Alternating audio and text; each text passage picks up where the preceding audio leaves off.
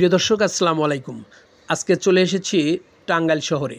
টাঙ্গাইল শহরের একমাত্র এবং জনপ্রিয় বিনোদনের জায়গা ডিসি লেক, যেখানে রয়েছে সার্কিট হাউস, যেখানে রয়েছে কোর্ট চত্বর এবং মেডিকেল কলেজ হসপিটাল সহ বিভিন্ন সরকারি অফিস আদালত।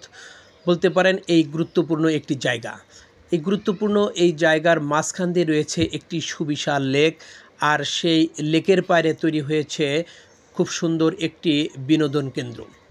আপনি এই লেকের পাড়ে গেলেই দেখতে পারবেন যে সেখানে একটি সুন্দর ব্রিজের উপর দিয়ে চলে যাবেন একটি গোলঘরে, আর এই গোলঘরে গেলেই আপনি বিভিন্ন ধরনের মজাদার ফাস্টফুড খাবার খেতে পারবেন।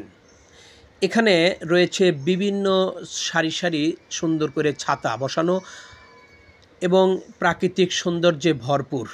মনে করতে পারেন এখানে যে কোনো মানুষ গেলেই তার মনের একটি অবসাদ বা ক্লান্তি দূর হয়ে যাবে।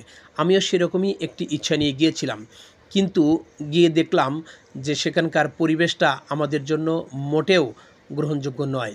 কারণ এখানে মাত্র 10 টাকা দিয়ে টিকিট কেটে বিভিন্ন স্কুল কলেজ ও বিশ্ববিদ্যালয়ের ছেলেমেয়েরা তারা প্রবেশ করছে এবং ঘন্টার পর ঘন্টা তারা সময় কাটানোর জন্য একটি সুযোগ পাচ্ছে। এখানে মেলামেশা করার জন্য যে সুন্দর জায়গাগুলি রয়েছে এবং বসার ব্যবস্থা রয়েছে, সেখানে নির্দ্বিধায় অবাধে তারা আসছে এবং আমার মনে হচ্ছিল যে এই জায়গাগুলো যেন এই ছেলে মেয়েদের জন্য একটি অভয়ারণ্যে পরিণত হয়েছে। একটি প্রশাসনের নাকের ডগার উপরে এরকমভাবে ছেলেমেয়েরা কিভাবে চলাফেরা করতে পারে বা তাদের সময় পার করছে, এটা কারোর নজরে আসছে না কেন, এটাই হলো আমার প্রশ্ন।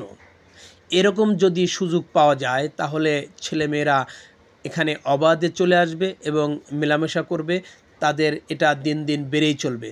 এবং আপনাদের মাধ্যমে আমি প্রশাসনের দৃষ্টি আকর্ষণ করছি, অবশ্যই যেন এই বিষয়টি কর্তৃপক্ষ নজরে নিয়ে আসে এবং এই ধরনের সুযোগ থেকে আমাদের সমাজে থেকে আমাদের ছেলেমেয়েদেরকে রক্ষা করার জন্য একটি ব্যবস্থা গ্রহণ করে। ধন্যবাদ।